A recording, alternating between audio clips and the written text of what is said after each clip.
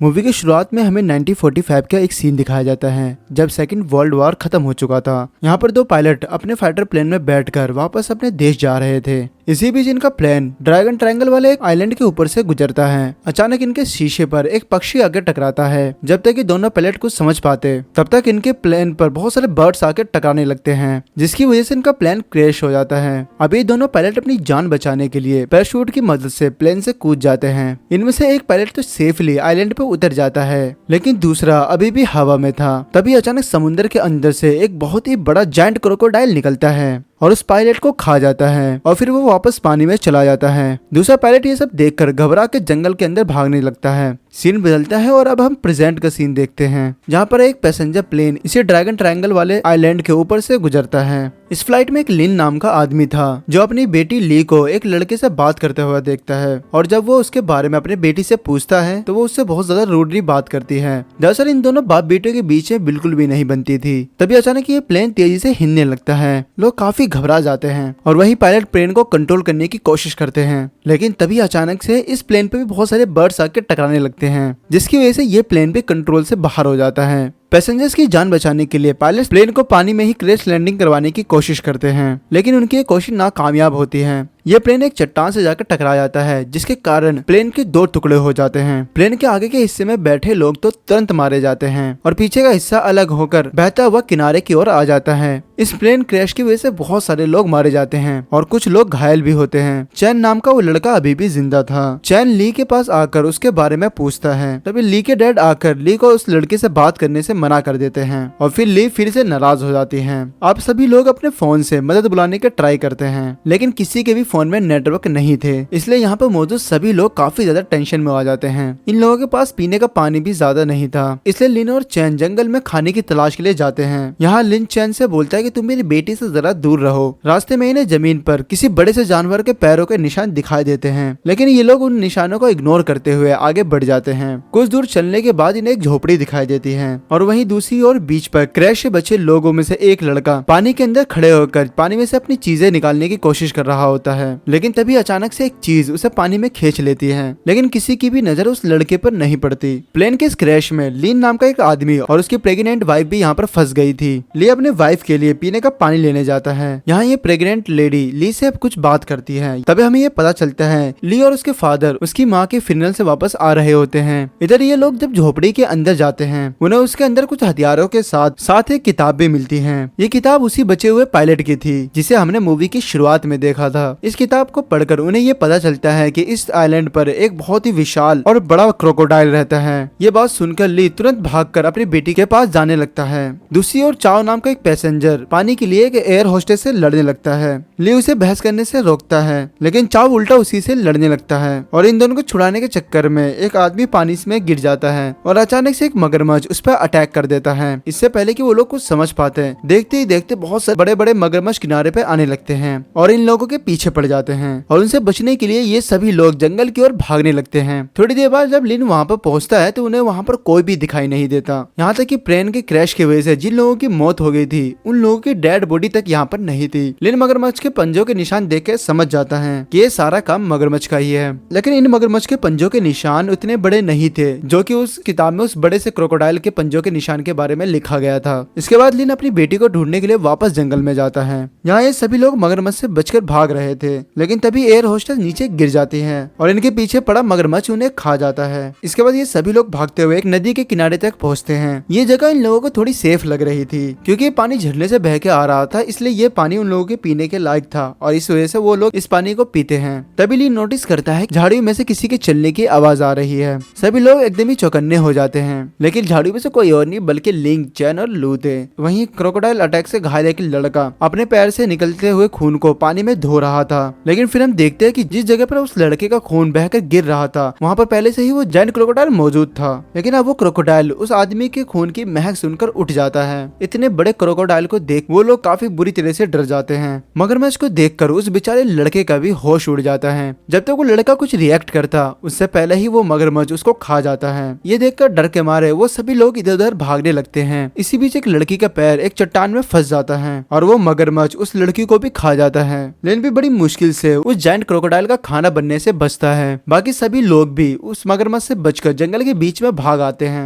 वहाँ लिन कहते हैं कि भले ही हमारे फोन में नेटवर्क ना आ रहा हो, मगर फोन के कंपास का यूज कर हम डायरेक्शन को देखकर पेड़ पे निशान लगाकर आगे बढ़ सकते हैं। लेकिन उसके फादर को उसका ये आइडिया पसंद नहीं आता और वो सबको आगे चलते रहने को कहता है। आगे चल के वो लोग फिर से हट के पास पहुंच जाते हैं। अब रात गुजारने के लिए उन लोगों को एक जगह की भी जरूरत थी, इसलिए ये लोग यहीं पर रुकने का प्लान बनाते हैं। इसी झोपड़ी में ली को कुछ ग्रेनेड और कुछ गोलियां भी मिलती हैं। वो उसे अपने फादर लिन को दे देती है। लिन उन गोलियों का बारूद निकालकर उसे अपने चोट पर लगा देता है। इसके बाद चिन ली के कहने पर उस बारूद में आग लगा देता है। हालांकि इससे उसको काफी ज्यादा दर्द तो होता है, लेकिन उसका घाव भर जाता है। बाकी सभी लोग उसको ऐसा करते हुए देखकर उसे सोल्जर समझने लगते हैं। उसके बाद ये सभी लोग रात को एरोप्लेन से मिला खाना ही खाते हैं। खाने के खाली डिब्बे को ये सभी लोग कैंप के चारों तरफ लगा देते हैं, ताकि अगर कोई क्रोकोडाइल उनकी ओर आए तो उन्हें पता चल जाए। यहाँ लिन बातों ही बातों में अपनी बेटी से पूछता है कि क्या वो स्मोकिंग भी करने लगी है, और उसकी इस बात से ली गुस्सा होकर वहाँ से चली जाती है। यहाँ लिन लुन को बताता है कि मेरी बेटी मुझसे इसलिए नाराज है क्योंकि मैं उससे 5 साल बाद मिला हूँ। इसके बाद लिन और लू रात को पहरा देने लगते हैं। तभी लिन के ऊपर एक कंकाल गिरता है। ये कंकाल किसी और का नहीं बल्कि मूवी में दिखाए गए पायलट का ही है। इस डेड बॉडी को देखकर वो लोग ये अंदाजा लगा लेते हैं कि इसे क्रोकोडाइल ने नहीं खाया है, क्योंकि अगर क्रोकोडाइल ने इसे खाया होता तो उसकी हड्डियां भी मिलनी मुश्किल होती। अगले दिन लिन अकेले ही जंगल में खाना इकट्ठा करने चला जाता है। दूसरी तरफ फिंग और चैंग भी जंगल में आ जाते हैं। वहाँ वो लड़की अपने फोन से उस जंगल की वीडियो बनाने में लग जाती है। तभी उसके फोन की बैटरी डेड हो जाती है। इसी बीच उसका पैर एक चिपचिपी चीज पे पड़ता है और उसे छुड़ाने के चक्कर में वो लिक्विड उसके पूरे शरीर पे लग जाता है, क्योंकि ये चिपचिपा लिक्विड यहाँ पर चारों ओर फैला हुआ था। अब वो लड़की उस लिक्विड को छुड़ाने के लिए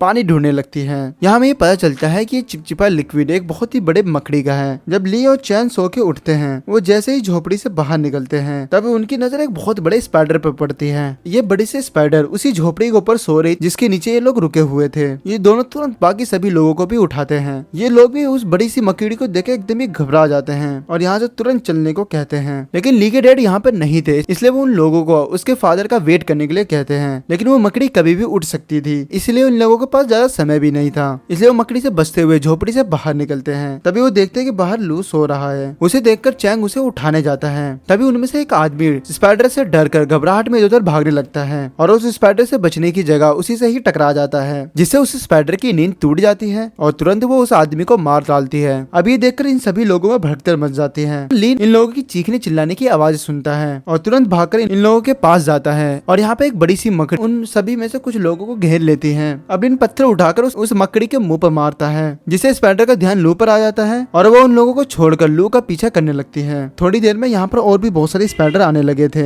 ये देखकर ये लोग फिर से यहाँ से भागने लगते हैं। ये सभी लोग भागते हुए हट के पास वाली झाड़ी में जाकर छुप जाते हैं। लेकिन वो स्पाइडर भी उन लोगों को बाहर निकलने का वहीं पे वेट करने लगती है। जब यहाँ पे लिन आता है और उस स्पाइडर का ध्यान अपनी ओर खींच लेता है और उनका ध्यान अपनी ओर करके फिर से उसी हट के पास ले आता है। यहाँ लू भी उसे मिल जाता है। फिर ये दोनों उसी हट के अंदर छुप जाते हैं। लेकिन तभी हम देखते हैं कि उस हट के ऊपर अभी भी एक स्पाइडर है। तभी वो स्पाइडर अपने टेंटिकल से लू के ऊपर हमला कर देती है। लू बहुत बुरी तरह से घायल हो जाता है। यहाँ लू ने उस स्पाइडर का टेंटिकल काट देता है, लेकिन उस टेंटिकल के हमले की वजह से लू को काफी ज्यादा खून निकल चुका था, जिसकी वजह से वो मर जाता है। अब वो स्पाइडर लिन के ऊपर भी हमला करने लगता है, लेकिन लिन किसी तरह उससे अपनी जान बचाता है और उसी के टेंटिकल से उससे लड़ने की कोशिश करने लगता है और मौका पाकर उन 2 ग्रेनेड में से एक ग्रेनेड उसके ऊपर फेंक देता है, जिसकी वजह से वो स्पाइडर मर जाती है। बाकी लोगों के आगे जाने पर उन्हें जमीन पर कुछ फ्रूट्स मिलते हैं, जिसे देखकर वो लोग समझ जाते हैं कि वो फ्रूट्स लिन ने ही उनके लिए छोड़े हैं। इससे आगे चलने के बाद उन लोगों को एक छोटी सी नदी मिलती है। उनमें से कुछ लोग तो उस नदी को पार कर लेते हैं, लेकिन जैसे ही चैन रिवर पार करने लगता है तभी वहाँ पर क्रोकोडाइल आ जाते हैं। लेकिन जैसे ही क्रोकोडाइल चैन को खाता तभी लिन वहाँ पर आकर चैन को बचा लेता है और वो बड़ी चालाकी से उस मगरमच्छ को वापस नदी में ही भेज देता है। अब यहाँ पे लिन को अपने फादर की इम्पोर्टेंट का पता चलता है और वो अपने फादर को प्यार से गले लगा लेती है।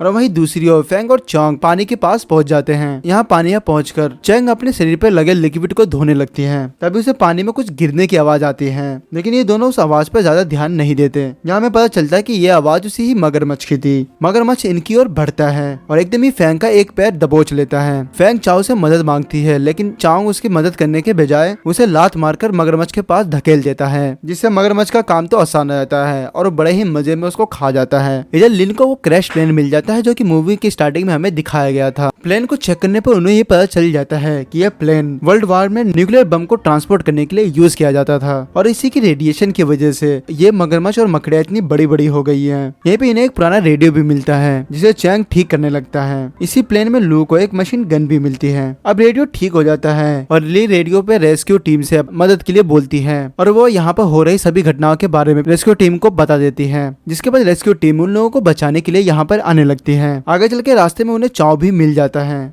इसके बाद वो लोग चाव से पूछते हैं कि तुम्हारे साथ एक लड़की भी थी, वो कहाँ है। चाव उन्हें बताता है कि अब वो लड़की मगरमच्छ के पेट में है। इसके बाद ये सभी लोग साउथ ईस्ट के लिए आगे बढ़ते हैं, लेकिन आगे चलकर इन लोगों के सामने एक बहुत ही बड़ी नदी पड़ती है। बाकी सब तो तैर के नदी पार कर सकते थे, लेकिन इनमें से एक औरत प्रेग्नेंट थी और उसका नदी पार करना बहुत ही ज्यादा मुश्किल था। यहाँ पर लिन अपना दिमाग लगाता है और पेड़ की टहनियां इकट्ठा करके एक राफ्ट बनाता है। इसके बाद पहले खुद वो रिवर पार करता है, फिर वो प्रेग्नेंट लेडी राफ्ट पे बैठ जाते हैं और बाकी सभी लोग भी नदी को पार करने लगते हैं। अब ये लोग किनारे से थोड़ी दूर ही आगे बढ़े थे, तभी लिन को नदी में मगरमच्छ दिखाई देता है, जिसे देखकर वो इन सभी लोगों को जल्दी से नदी पार करने के लिए कहता है। इसी बीच उस प्रेग्नेंट लेडी को खींचते हुए उस राफ्ट की रस्सी टूट जाती है। बाकी लोग तो किसी तरह रिवर पार कर लेते हैं, लेकिन वो प्रेग्नेंट लेडी और उसका पति अभी भी नदी में ही थे। अब ले अपनी बीवी को बचाने के लिए उस राफ्ट को किनारे की ओर धक्का देने लगता है और अपनी बीवी और बच्चे की जान बचाने के लिए वो खुद उस मगरमच्छ का खाना बन जाता है। अब वो प्रेग्नेंट लेडी किनारे पे तो पहुंच जाती है, लेकिन मगरमच्छ अब फिर से उन लोगों पर हमला करने के लिए वापस मुड़ता है। अब लिन मगरमच्छ पर उस मशीन गन से लगातार हमला करने लगता है, लेकिन मगरमच्छ के ऊपर तो गोलियों का कोई असर ही नहीं हो रहा था। यहाँ भागते हुए चाव जमीन पर गिर जाता है। ये देखकर लिन चाव की मदद करने आती है, लेकिन चाव लिन को ही मगरमच्छ के आगे धक्का दे देता है। अब वो क्रोकोडाइल उसके ऊपर हमला करने ही वाला था,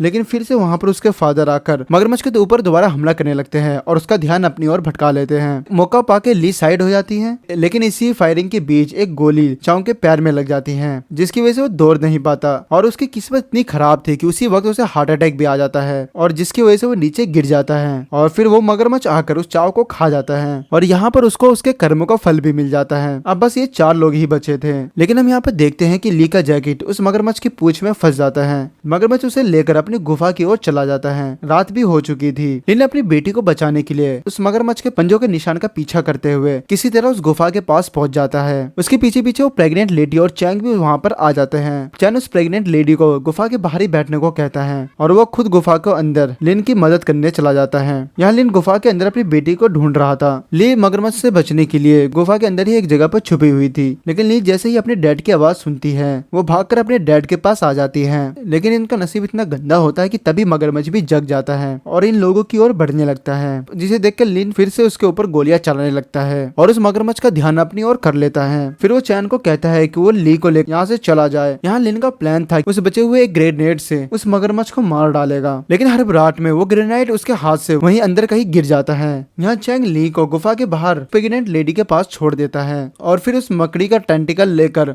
उस गुफा के अंदर लिन की मदद करने के लिए चला जाता है और वहीं लिन मगरमच्छ से बचते हुए भागकर गुफा के एक छोटे हिस्से में जाकर छुप जाता है, जहाँ पर वो मगरमच्छ अपने आकार की वजह से नहीं घुस पाता। लिन उस मगरमच्छ के ऊपर खूब गोलियां चलाता है और इसकी वजह से जल्दी उसकी सारी गोलियां खत्म हो जाती हैं और अब चैंग भी गुफा के अंदर आ जाता है। उसे देखकर लिन कहता है कि सबसे पहले तुम उस ग्रेनेड को ढूंढो। थोड़ी देर में चैंग को वो ग्रेनेड मिल भी जाता है। तब लिन उससे कहता है कि तुम ग्रेनेड को मगरमच्छ के ऊपर फेंक दो, लेकिन चैंग जानता था कि अगर उसने ग्रेनेड को मगरमच्छ के ऊपर फेंका तो मगरमच्छ के साथ साथ लिन भी मारा जाएगा, इसलिए वो मगरमच्छ का ध्यान अपनी ओर खींचता है और वहाँ से भागने लगता है। मगरमच्छ जैसे ही लेन से थोड़ा दूर होता है, चैन ग्रेनेड का पिन निकालकर मगरमच्छ के ऊपर फेंक देता है, जिसके धमाके से वो मगरमच्छ काफी बुरी तरह से घायल हो जाता है। अब वो दोनों फाइनली थोड़ी राहत की सांस लेते हैं, क्योंकि उन्हें लगता है कि अब तो मगरमच्छ मर गया होगा। अब लिन चैन के ऊपर गुस्सा भी नहीं होता, क्योंकि अब उसे समझने लगा था। अब वो दोनों साथ में बाहर जाने लगे थे, तभी वो मगरमच्छ उठकर फिर से उन पर हमला करता है। लिन तुरंत चैन से मकड़ी का टेंटिकल लेकर उस मगरमच्छ का पेट चीरकर उसे मार डालता है और यहीं पर उस मगरमच्छ का काम तमाम हो जाता है। उसके बाद ये दोनों उस गुफा से बाहर आ जाते हैं। ली अपने फादर को देखकर काफी ज्यादा खुश होती है। इसके बाद वो चारों साउथ ईस्ट की ओर पहुंच जाते हैं और सुबह होती ही रेस्क्यू टीम वहां पर पहुंच जाती है और वो उन लोगों को रेस्क्यू कर लेती है और यहीं पे ये मूवी खत्म हो जाती है।